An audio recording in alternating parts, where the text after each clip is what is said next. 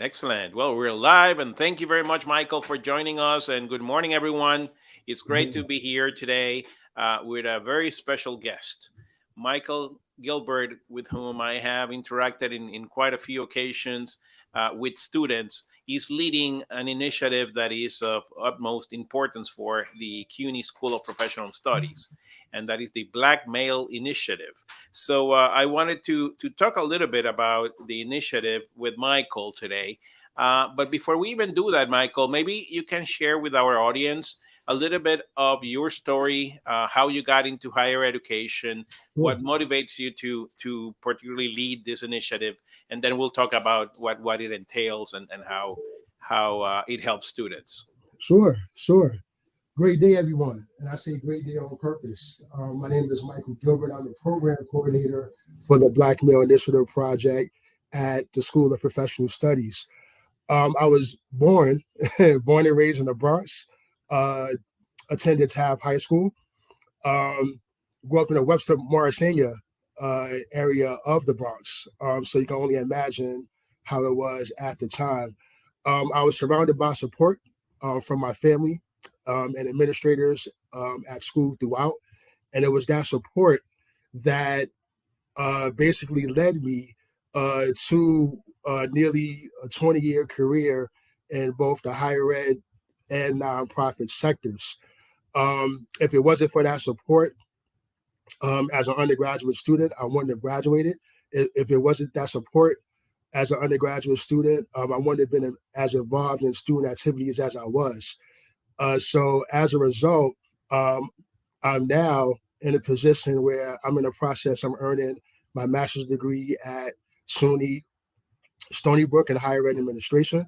My aspiration is to continue to be of support to those who are pursuing their higher education as it was for me.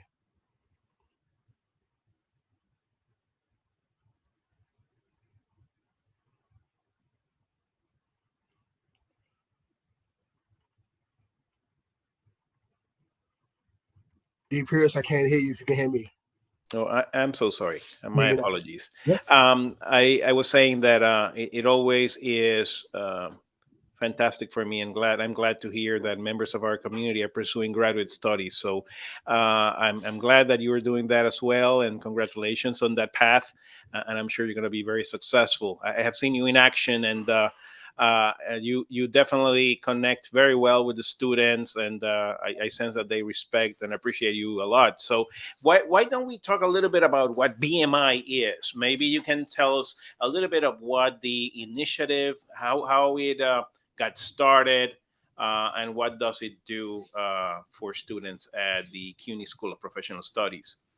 Sure. BMI stands for the Black Male Initiative. Um, from from a historical standpoint, in 2004, past Chancellor Matthew Goldstein convened a group of administrators to address the inequities of underrepresented populations and the resources they may be lacking to persist and ultimately graduate throughout the higher education sector, particularly at CUNY. Through that conversation, BMI was born. Um, in addition, uh, in addition to that, as I would call a school session in football terms, um, BMI projects are now across uh, nearly every 2-year and 4-year institution um, across the CUNY system. In particular, at SPS, we started out as wanting to be a support from a cultural competence standpoint for those young people, students overall, who are pursuing degrees within the STEM field. We Mhm. ultimately opened it up to include everyone, whether it's the STEM fields, whether it's human relations, whether it's youth studies, for obvious reasons, so forth and so on. As a result, we opened up um, the obvious diversity of our student body. And from as of spring 2022, we've been open for business, if you will, and not business in a literal sense, but the the the communal aspect of business in terms of ensuring that not only our students enter SBS but also graduate.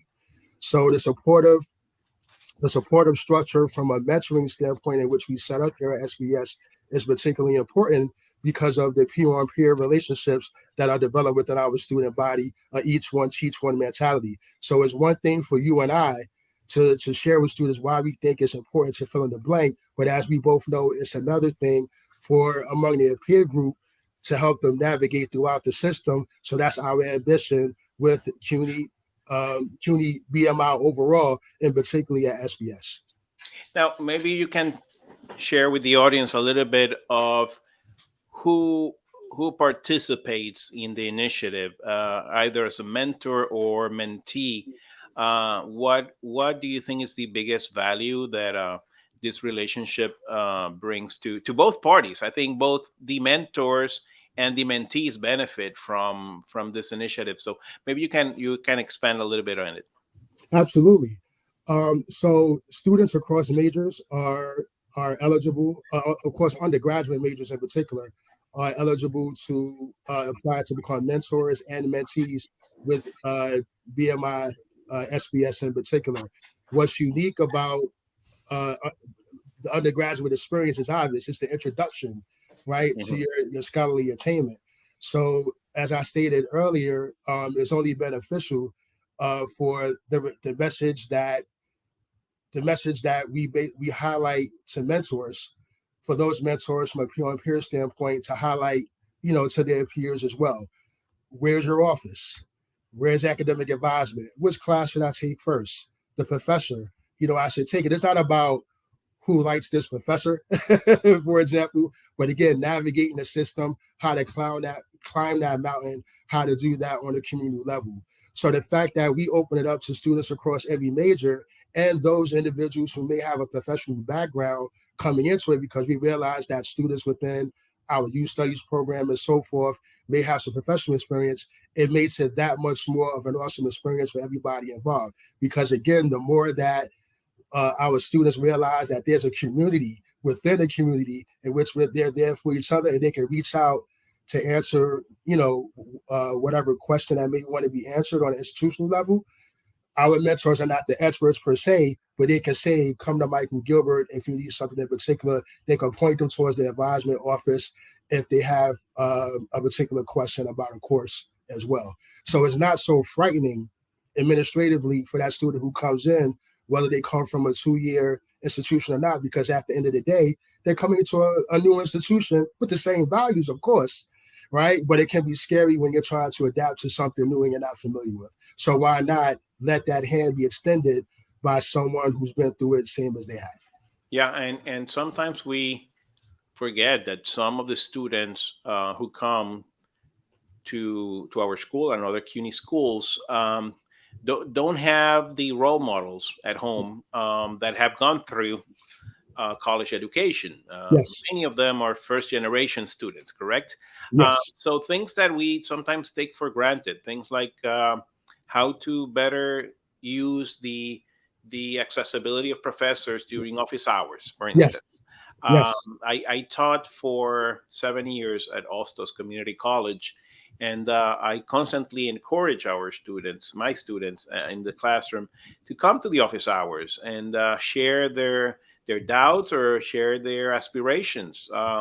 Faculty members, particularly at SPS, I notice are very committed to students and are able to provide advice in all sorts of, not only their discipline and their profession, but in all sorts of topics about life, about pursuing graduate studies, about employment opportunities. yes, But as you said, having a peer, yes, having another student share that information is something that is very well received by the mentees and something that is so necessary. So, Michael, maybe you can tell us a little bit of what are some of the principal barriers or factors why some of our, particularly the male black students, do not complete their studies. We know this is not an issue in New York. This is a sure, nationwide issue. The population of male students has declined in the last few years, yes, actually in the last couple of decades, and particularly students of color, right, black or Hispanic or other students of color. They start uh, with a lot of ambition, a lot of energy, but something happens on the Yes. way. So maybe you can share for the audience what are the major barriers and how can we work towards limiting or minimizing them. Well, I've learned throughout the years that persistence is a loaded term, right? Because it can mean different things to different people. But as it pertains, as when you look at persistence and you place it side by side to scholarship, it is a common thread, right? Scholarship is a combination of what we learn inside or outside the classroom, in my humble opinion. So I've come to understand that a combination of time management can be a barrier for some of our male students. Learning how to manage their time. How could I work? How could I pursue scholarship and take care of my family at the same time? I've come to find out that, and this is through talking to students throughout the years, in addition to SPS. So not only time management, but also the wherewithal and the persistence. Right? We just talked about Mhm. that. Do I can I do this? Do I have the patience? To do this within a certain amount of time. Um, what questions do I have? They may come to folks like you and I and ask Yep. particular questions and assume that because we are in a certain stage in our lives that we may not understand what their struggles are. But as you and I both know, it's about that time, that patience, that particular affection that we have with our young men and students overall. That is our hope, folks like us, you and I, that by the time they leave our offices, they'll have those questions answered. They'll be motivated to persist. We will align them with an administrator Yeah. that will assist them with the time management process. And once they begin the process of painting that canvas, if you will, they'll begin the process of seeing that picture that they aspire to paint for themselves. So just extending that opportunity to become the leader, the student they aspire to become, once they know what's expected of them and of themselves, first and foremost, once they enter our halls, then hopefully they'll gather a firm understanding. But that's been my experience overall. But it's opportunity. Yep. Once they know that it's there, they will reach out for it. They will absolutely reach out for it, because you and I both know how many students have we come across, particularly our males, and you let them know of an opportunity and they simply reply, I didn't know that. Well, Yeah. now, Yep. now Yep. you know. Let's do something about it. Walk with me. Let's find out together. So that's a great segue to my next question. Um, Today we're being listened to by different members of the community and even potential students who might join SPS. So if you have a message for, say, members of the community, like faculty, like staff, who are listening to this conversation today, what would be your message? Would be your ask of those faculty members and those staff members? How can they support the Black Male Initiative? To my colleagues in particular, I firmly believe that we all operate under the assumption that ideas are the beginning of all achievement. Let's sit down. Let's talk about how we can get our young men, our young people into institutions such as CUNY SPS in particular, so that they could begin the process of becoming the leader that they aspire to become. Let's start that process firmly. I'm available anytime. I'm available day or night to have that conversation. I'm a firm believer that it starts at the door. I've stated that throughout my career. I would share with any colleague. I would share with any student. It starts at the door, which is why ideas are the beginning of all achievement, which is actually a quote by Bruce Lee, of all people. So the the faster we plant that seed, if you will, the faster that we will put ourselves in the positions to succeed and ultimately extend the service to our students, particularly our males, that will project to them that not only we are here for them, but SUNY SBS in particular is a place that they can obviously shine and graduate at the end of the day. Fantastic. And let me tell you, I've been right now, Michael, maybe to two or three of the sessions that you have organized with students over the last year or so. And I must confess, it's one uh, of my preferred events of the year. Thank you. Talking to students, listening to what their preoccupations are, but also their aspirations. Interacting with them, I come every time. I come more and more energized. Every time I participate in one of those meetings, I come more and more energized because I see the talent, Mhm. I see the energy, I see the commitment, and that's what CUNY SPS is all about, right? Giving, Absolutely. particularly giving adult learners that opportunity. Many of our students, as you know, work full time, so they need the responsibility, the support, since they have responsibilities with family, job, maybe more than one job. Some of them work multiple jobs. It is essential to have this opportunity for them to interact, particularly in an online environment, having Yes. that sense of community. And I think that's what you do very, very well, Michael. We do have a question or a comment coming in on the comments. It says, "Hi, thanks so much for sharing. To your point of planting the seed, is there a connection or a partnership between this program and high schools to reach them earlier?" Yes. So I'm glad we have that question. So our uh, our central office, our BMI central office, which is led by Dr. Jonathan Cross, we have extended a number of relationships through MBK, my brother's keeper, for Mhm. example, to build bridges between our program and high school students as well.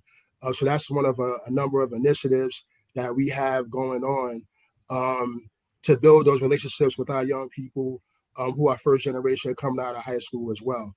As we all know, the college and university structure being the melting pot that it is, the uniqueness of SBS, having adult students on a virtual online community, I think makes us tailor made to build the so-called, I say so-called, depends on how you look at it, the master student. Yep. So whether it's extending our hand towards MBK, whether it's building a relationship with a trio program, the list goes on and on. We can't do it without you. So if whoever is asking that question, we can have your information. I will make sure it gets to our university director, Dr. Quash, and we will reach out to you. Great. And the question was raised by Claudia. So thank you very much for that question. And we'll, as Michael said, glad to provide more information offline on what all those partnerships are, which leads me to a question that is critical. What is the best way to learn more about the Black Male Initiative, Michael? Sure. So on SBS's website, if you go to our student life area, we have the BMI Urban Male Scholars Initiative, and that page outlines the process of how one could become a mentor or a mentee. Please attend one of our programs. Dean Pierce has talked about the programming that he has been involved in. We have an all-program meetup in which our mentors and mentees meet periodically. But we also have uh, uh, two programs in particular. One called Inclusive Conversations, in which we whether that topic comes from a student or from yours truly, we talk about a particular topic, and it to use that phrase again, builds bridges between our student community, and on a basis of scholarship. And what I mean by that is, for example, one particular conversation we had was regarding the midterm election. Yeah. Can you imagine that conversation, regardless of your ideology? But that conversation was a particularly cool one because at the end of the day, the students involved with that call understood the importance of voting as it pertains to practicing citizenship. Yep. Nothing like Mhm. having a conversation like that. Another conversation that we have is called a fireside chat. So that's an open forum for everybody and anybody to come and talk about X topic. And I know that's a form of respect because that's the culture that we're building first and foremost. If it's not of a culture of respect, then we're not building a basis for scholarship. And that's what we do with the fireside chat. So those are two opportunities for folks. And I invite staff and students to be involved, and we post that information on our student life site as well. But the last thing, if I may, Dean Purist, is the old-fashioned way, as I would call it. Tell a friend to tell a friend. If you happen to know who we are, if you know someone that could benefit from this experience, tell your friend, tell your peer. If you see someone struggling, guide them to the right place and let them know that there are officers, individuals such as us that are here for them and about them. And that's always been the best frame of reference, in my humble opinion, as well. Word of mouth, you said it. It's the best form of publicity money cannot buy, right? Because Absolutely. it's trusted by the students, it's trusted by the community. So I'm so glad of your work, of your leadership, Michael.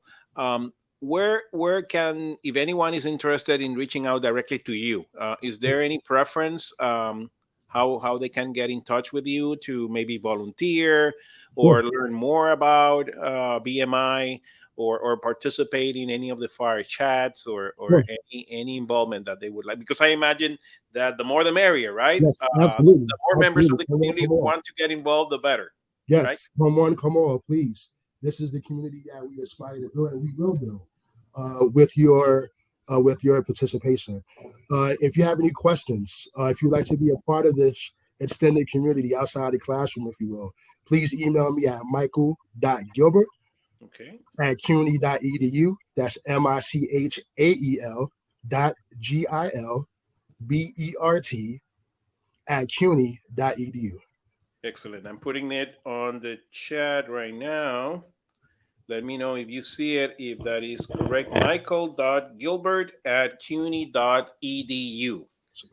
Perfect, and that's the best way to get in touch with you, Michael. Any final recommendations, suggestions, or any words of wisdom you would like to share with our audience before we conclude for the day? Yes. Again, do remember that ideas are the beginning of all achievement. If you wake up this morning wondering how I can be the best, that is an idea. If you wake up this morning, be thankful, obviously.